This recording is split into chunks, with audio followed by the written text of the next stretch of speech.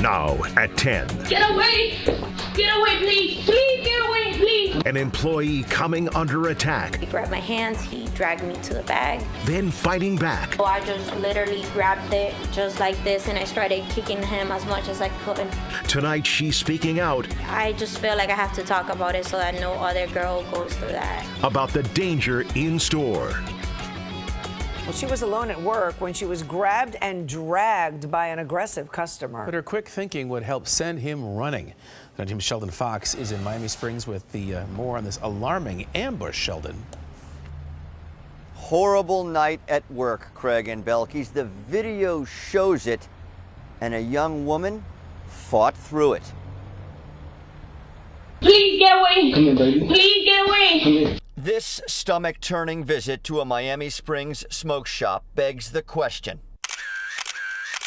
Who and where is this guy? Cops want to arrest him for attempted rape.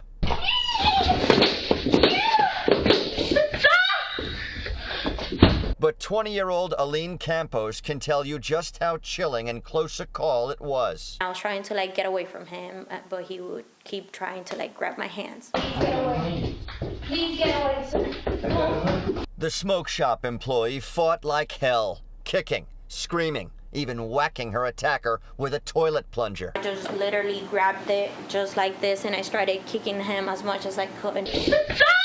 It happened here at the Red Eye Smoke Shop. Please get away! Please get away! And here's how it went down, from start to finish. A really strong guy comes in.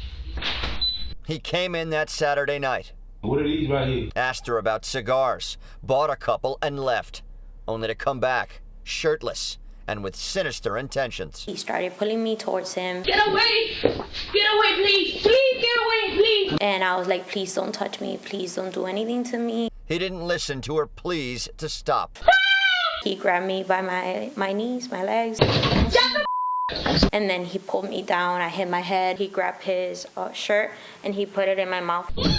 And then he was trying to take my pants off. I stood back up. I was fighting back with him. I wasn't gonna let him do that to me that easy. The 4'11" Campos fought with all her might and used her head. I told him I already pressed the button, an emergency button, and the police is coming. Get away! There's no panic button, but she sent the man running. But there's not a button in here. That's what came up to my brain. Whatever it takes.